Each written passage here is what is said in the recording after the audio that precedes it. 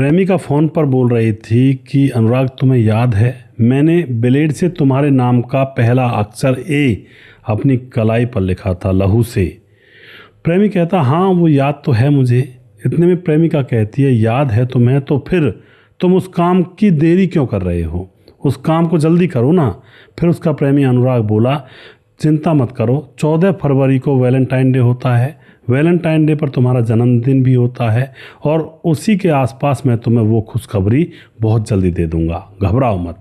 यह बात सुन करके जो प्रेमिका होती है मुस्कुरा जाती है, उसके कलेजे में ठंडक सी आ जाती है और बार बार वही यही कहता है कि मैं ये काम ज़रूर कर दूंगा, ज़रूर कर दूंगा, बस इंतज़ार करो थोड़ा सा। उसके बाद दोस्तों एक हत्या होती है और जिसमें बहुत बारीकी से सबूतों को मिटाने की चेष्टा की जाती है। आखिर क्या तो मामला था, क्या प्रोग्रामिंग थी, पूरी कहानी यहाँ पर जानेंगे। वीडियो को लास्ट तक ज़रूर देखा करें। नमस्कार, मैं हूँ सुदेश कुमार। यह घटना दोस्तों मध्य प्रदेश के भिंड के अंदर घटित होती है, जहाँ पर मोनू भदौरिया नाम का एक शख्स रहा करता है। शादी को तकरीबन 7 महीने गुजर चुके हैं और पत्नी उसकी पत्नी का नाम राधा होता है। यह मोनू भदौरिया टोल प्लाजा पर जॉब किया करता है। विजयवाड़ा में वह टोल प्लाजा है और यह अच्छे से अपनी ज़िंदगी गुजार रहा है। नई नई शादी हुई है, बड़ा खुश है, लेकिन यह पत्नी से दूर रहकर कई महीने तक वहाँ पर नौकरी किया करता है। 19 फरवरी का समय था। 19 फरवरी को मोनू भदौरिया ने अपने घर पर फ़ोन किया कि मैं आ रहा हूँ और घर वाले खुश थे, ठीक है आ रहा है तो बेटा आ रहा है, कई महीने में आ रहा है। उसके बाद 19 फरवरी को घर आते वक्त यह गायब हो जाता है। अब घर वाले जो इसका पिता था लगातार इससे फ़ोन पर बात कर रहा था, लेकिन अब जो यह लड़का होता गायब हो जाता है। फ़ोन विजयवाड़ा से लेकर ग्वालियर तक ऑन था और उसके बाद घर वाले लगातार बात कर रहे थे। फिर अचानक फ़ोन बंद हो जाता है और मोनू गायब हो जाता है। घर वाले बहुत ज़्यादा परेशान, पिता काफ़ी परेशान और फिर 10 फरवरी को पिता ने FIR दर्ज की अपने बेटे मोनू की गुमशुदगी की और बताया पुलिस को कि वो अंडमान एक्सप्रेस से ग्वालियर उतरा था, फिर वो गांव की तरफ बढ़ रहा था, बस में बैठा था, उससे मेरी बात हुई थी और गोहद चौराहे तक मोनू का फ़ोन चालू था और उसके बाद मेरे बेटे मोनू का फ़ोन बंद हो जाता है। पुलिस के सामने वह पिता रो रो कर यह बात बता रहा था। अब पता नहीं मेरा बेटा कहाँ होगा, जिंदा भी है मर भी गया, अब मेरे बेटे को ढूंढ दीजिए साहब। तो पुलिस के सामने सारी चीज़ें की जाती हैं।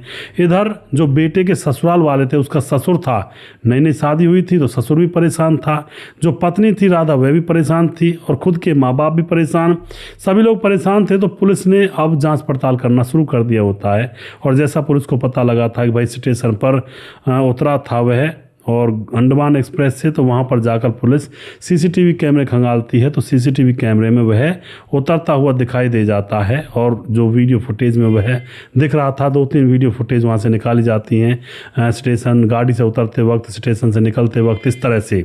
तो उन वीडियो फुटेज को पुलिस सोचती है कि क्यों ना इन वीडियो फुटेज को लड़के के घर वालों को दिखा दिया जाए। तो उसके बाद वीडियो फुटेज को लड़के के घर वालों को दिखाने लगती है पुलिस और वहीं पर ससुर भी बैठा हुआ था लड़के का।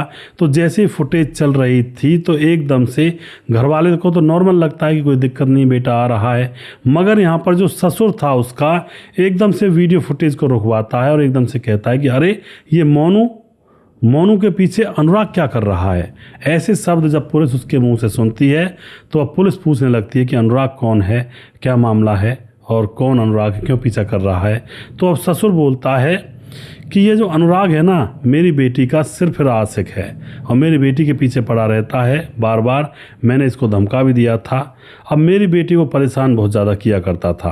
अब इस तरह से उस पिता ने बताया था। इधर जो पुलिस होती है, पुलिस ने अपने खबरियों को उस अनुराग के गांव में भेज दिया होता है और गांव में खबरियों को पता लगता है कि अनुराग और इसकी लड़की राधा के तो कई सालों से अफेयर चला हुआ है, दोनों एक दूसरे के ऊपर जान छिड़कते हैं। यानी कि अभी तक यही लग रहा था पुलिस को कि शायद मोनू एक तरफा प्यार करता है, परेशान करता है लड़की को, मगर यहाँ पर पता लगता है कि राधा और मोनू दोनों एक दूसरे से बेइंतहा प्यार करते हैं। अब मामला थोड़ा थोड़ा स्पष्ट होने लगा था और राधा ने तो अब मोनू के प्यार में मतलब ये जो क्या नाम है इसका, अनुराग, अनुराग के प्यार में अपने हाथ पर अनुराग के अक्षर जो नाम है उसके नाम के अगले लेटर को भी लिखा था, ए को, नाम के अगले अक्षर ए को भी लिखा था अपने हाथ पर ब्लेड से काट करके। तो इस तरह का प्यार था इनका। तो पुलिस समझ जाती है मामला आगे क्या हो सकता है। आधा केस तो यहीं पर सुलझ गया था, लेकिन अभी भी पुलिस बारीकी से जांच पड़ताल कर रही थी। अब उसके बाद अनुराग को उठा लिया जाता है, पूछा जाता है तो वह मतलब पुलिस को गुमराह करता है, कहता है मैं तो जानता भी नहीं राधा कौन है और अनुराग कौन, उसका मतलब उसका पति मोनू कौन है, मैं तो जानता भी नहीं। इस तरह से पुलिस के सामने बातें बना रहा था। मगर पुलिस ने सीसीटीवी कैमरे की फुटेज दिखाई और इनके कॉल डिटेल्स दिखाई जो अनुराग राधा से बात किया करता था रात दिन। अब यहाँ पर पुलिस कहती है बताओ तू तो जानता भी नहीं था राधा को, फिर बात कैसे करता है इससे। अब यहाँ पर इस अनुराग की सिट्टी पिट्टी गोल हो जाती है और फिर एकदम से कहता है कि मैंने मार दिया उसको, मार दिया मोनू को और मार करके दफन कर दिया और उसकी राख को न जाने कहाँ कहाँ फैला दिया। इस तरह की बात वो पुलिस के सामने जब कहता है एग्रेसिव मोड में, तो पुलिस अब उससे पूछताछ करती है कि भाई पूरी कहानी बता हमें, कैसे मारा, क्यों मारा, क्या कारण था उसके पीछे। तो अब यहाँ पर अनुराग पूरी कहानी बताता है कि 4 साल पहले मेरा अफेयर राधा के साथ हो गया था। हम दोनों में बहुत गहरा प्यार था, एक दूसरे के बगैर जीना मरना मतलब जीना नहीं चाहते थे, एक दूसरे के बगैर रह नहीं सकते थे और हम दोनों ने प्लानिंग कर ली थी कि हम शादी करेंगे। मगर यहाँ पर क्या होता है, अनुराग राधा से प्यार करता, राधा अनुराग से प्यार करती है। जैसे अनुराग राधा से मिलने के लिए कभी गया था तो राधा के पिता ने पकड़ लिया, उसके ऊपर पिटाई भी लगा दी और फिर इन दोनों को रिश्ता तोड़ने के लिए कहा भी था। मगर अनुराग और राधा रिश्ता कहाँ तोड़ने वाले थे। और उसके बाद जो पिता होता है राधा का, वह अब अपने बेटी की शादी मोनू भदौरिया से करवा देता है। मगर दोस्तों यहाँ पर राधा के मन में तो अनुराग बसा हुआ था, वह मोनू भदौरिया को क्या जाने, बस ऊपर ऊपर से प्यार कर रही थी और अपने प्रेमी से लगातार बात कर रही थी कि मुझे इस जंजाल में से कब निकालोगे। अनुराग बार बार कहता कि निकालूंगा निकालूंगा, चिंता मत करो। इधर कहीं ना कहीं मोनू भदौरिया को भी पता लग चुका था कि उसकी पत्नी राधा का अफेयर किसी से चला हुआ है, लेकिन ये पता नहीं था कि वह लड़का कौन है। अब तो यहाँ पर इसी तरह से समय गुजर रहा था और मोनू भदौरिया अपनी पत्नी को इतना प्यार दे रहा था कि अपने आशिक को भूल जाए और अपने घर को बसाए, लेकिन राधा कहाँ उसके प्यार को एक्सेप्ट कर रही थी। उसके मन में तो बस अनुराग भरा हुआ था। और अब मोनू भदौरिया नौकरी पर जाया करता, टोल प्लाजा की नौकरी पर, वहाँ पर कई कई महीने भी रहा आया करता है विजयवाड़ा के अंदर। तो वहाँ पर जाकर रहता है। तो पत्नी अब घर पर अकेली थी, कई महीने इसको हो गए थे मोनू भदौरिया को। इधर पत्नी राधा लगातार अनुराग से बातचीत किया करती, मायके जाने के बहाने उससे संबंध भी बना लिया करती रास्ते वास्ते में। और अब अनुराग से कहती है कि तुम मेरे पति को रास्ते से हटा दो, क्योंकि ये हमारे बीच में रोड़ा बन रहा है। ये जब मर जाएगा तो मैं विधवा बन जाऊँगी और फिर मैं तुमसे शादी कर लूँगी, फिर कौन रोकेगा हमें, क्योंकि मेरे साथ और तो कोई शादी करेगा नहीं। यह पूरी प्लानिंग यहाँ पर इनकी चल रही थी। अनुराग कहता है बार बार कि मैं करूँगा करूँगा। एक बार कहती है राधा कि कब करोगे। अनुराग कहता 14 फरवरी को तुम्हारा जन्मदिन होता है, वैलेंटाइन डे भी होता है, उसके आसपास ही तुम्हें मैं सरप्राइज दूंगा। तो दोस्तों उसके बाद अब यहाँ पर जो राधा होती है वही प्लानिंग बनाती है और वह कहती है अपने प्रेमी अपने पति से, मोनू से, कि आ जाओ बहुत दिन हो गए हैं। मोनू कहता ठीक है मैं आ रहा हूँ छुट्टी लेकर। और उसके बाद अपने प्रेमी अनुराग को सारी लोकेशन उसकी बताती रहती है, जहाँ जहाँ से वह निकला, जहाँ जहाँ वह गया, क्या हुआ है, कौन सी बस में बैठा है, सारी चीज़ें डिटेलियों की जो दे रही थी। इधर मोनू अपने पिता से भी बात कर रहा था लगातार, पापा मैं आ गया हूँ, मैं बस में बैठ गया हूँ, तो वहाँ पर भी जानकारी दे रहा था। और दोस्तों पूरी लोकेशन दे दे करके अनुराग को बता दिया कि अब वह फ़िलहाल स्टेशन पर ग्वालियर उतरा है अंडमान एक्सप्रेस से, और फिर वहीं से अनुराग उसके पीछे लग जाता है। प्लानिंग पहले से पूरी की हुई थी और अनुराग ने 2 दोस्तों को भी पहले से, 3 दोस्त थे, 3 दोस्तों को पहले से प्लानिंग के तहत तैयार किया कर रखा था। और जैसे पीछा करता करता वह मोनू के साथ अब जो ग्वालियर पर उतरा था वहाँ से सीधा बस में बैठता है और बस में बैठ करके गांव की तरफ जाने लगता है। और गांव की तरफ जाने के लिए बस में बैठता है तो वहीं बस में ही यह अनुराग भी बैठा हुआ था और दोस्ती कर लेता है मोनू से, कहाँ जा रहे हो। तो अनुराग अपने गांव का नाम बताता है, मतलब मोनू अपने गांव का नाम बताता है अनुराग को। तो उसके बाद अनुराग कहता है कि मैं भी उसी गांव में जा रहा हूं और चिंता मत करो हम दोनों साथ चलेंगे। और दोस्तों ये बातें करते करते बस अब गोहद चौराहे पर रुकती है और वहां पर रुक करके वहां से गांव के लिए सवारी पकड़नी थी, ऑटो वगैरह। तो अनुराग कहता है मोनू अरे मैं वो उसी गांव में जा रहा हूँ, मेरे दोस्त आ रहे हैं गाड़ी लेकर के और फिर एक गाड़ी वहाँ पर आकर रुकती है, उसमें 3 दोस्त थे। और फिर अनुराग जैसे ही अपनी गाड़ी, दोस्तों की गाड़ी आती है, बुलाता है उनको, जो तैयारी पहले से की हुई थी। उस गाड़ी में मोनू को बुलाता है और उसको रिस्पेक्ट के साथ आगे बिठाता है कि बैठो, कोई दिक्कत नहीं है। और मोनू गाड़ी में बैठ जाता है। मोनू को भरोसा हो चुका था कि भाई ये गाँव जाने वाला है, तो उसके बाद गाड़ी गाँव की तरफ चलने लगती है। लेकिन जैसे ही गाँव का रास्ता आता तो गाड़ी उससे आगे निकल जाती है। मोनू कहता है कि अरे गाँव तो ये रह गया, लेकिन गाड़ी बीहड़ों की तरफ जा रही थी। बीहड़ आप जानते होंगे, चंबल घाटी और वहाँ पर मुरैना भिंड में ऊंचे ऊंचे टीले रेत के, जहाँ पर डकैत रहा करते थे। इस साइड गाड़ी जा रही थी। अब मोनू को शक हो जाता है कि ये हो ना हो ये मेरी पत्नी का प्रेमी है, क्योंकि ये मुझे वहाँ पर क्यों ले जाएगा। और उसके बाद दोस्तों, अब जो ये लोग होते हैं अनुराग के साथी, और अनुराग इसका गला दबाने लगते हैं तौलिए से, जो स्वापी होती गमछा होता है।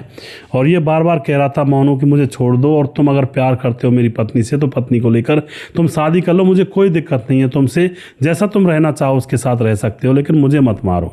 मगर यहाँ पर अनुराग सोचता है कि ये इसको अगर छोड़ दिया तो जान को आफत हो जाएगी, और फिर उसका गला दबाकर घोट कर उसकी हत्या कर देता है। उसके बाद यह सीधा ले जा कर के 10 फरवरी को, मतलब उसके बाद चंबल में डाल दिया जाता है, जो बीहड़ था, 9 तारीख को, 9 फरवरी को। और उसके बाद 10 फरवरी को ये अनुराग अपने दोस्त को लेकर आता है, साथ में पेट्रोल लेकर आया था, और इसके ऊपर डाल करके इसको जलाकर वहाँ से फिर भाग जाता है। और उसके बाद फिर 11 फरवरी को आता है तो देखता है कि अभी लाश जली नहीं है पूरी तरह से, तो दोबारा से पेट्रोल डालता है, दोबारा से जलाता है। उसके बाद जलाकर फिर से निकल जाता है यहाँ से। चंबलों में कोई देखने वाला होता ही नहीं है। अब 12 फरवरी आ जाती है। 12 फरवरी को फिर से वहाँ पर पहुँचता है, तो वहाँ पर तकरीबन तकरीबन लाश जो होती है 95% जल चुकी थी, थोड़ी बहुत हड्डियां और राख थी। अब यह अपने दोस्त के साथ मिलकर उस राख को, हड्डियों को बोरे में भर करके सीधा चंबल नदी में, बहती हुई चंबल नदी में फेंक देता है। और उसके बाद दोस्तों 14 तारीख को वैलेंटाइन डे था, और फिर फ़ोन करके अपनी प्रेमिका राधा को बताता है कि देखो वैलेंटाइन डे का मैंने तुम्हें कितना अच्छा तोहफा दिया है, तुम्हारे पति को ऊपर भेज करके। पत्नी बहुत खुश हो जाती है और उसको लगता है कि अब जीवन का कांटा हट गया है, और फिर ये लोग फरार हो जाते हैं। मगर दोस्तों पुलिस जैसे पूछताछ कर रही थी इनकी, तो राधा की जो कॉल डिटेल्स वगैरह वो भी देखी जाती है, पूरे सबूत इकट्ठे किए जाते हैं।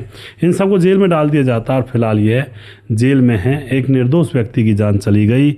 उसको क्या पता था कि जिस पत्नी से मैं शादी कर चुका हूँ उसका प्रेमी मेरा पीछा करके मेरी हत्या कर देगा। तो बहुत बुरा होता है दोस्तों, आज के दौर में सीधे साधे लोगों की जान चली जाती है उल्टी सीधी हरकतें करने वाली औरतों की वजह से।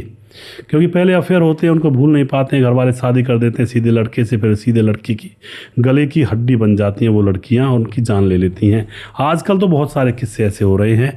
मैं उन माँ बाप से कहना चाहता हूँ, जिस लड़के के साथ आपकी बेटी मुंह काला कर रही है उसी के साथ शादी करवा दें।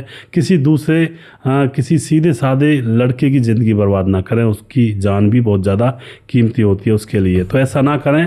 अपनी इन भेड़ियों को, भूखी भेड़ियों को जहाँ पर ये लगी हुई है वहीं पर शादी कर दें। साल 6 महीने में प्रेमियों के साथ जब शादियाँ होंगी तो इनको अकल ठिकाने आ जाती है कि आटे दाल का भाव क्या है और कैसे रहेंगे, क्या मामला है। और जब तक इनको दूर हटाते रहते हैं तब तक इनको बड़ा अच्छा लगता है कि हमने जाने क्या कर देंगे, एक होकर के ज़मीन आसमान एक कर देंगे।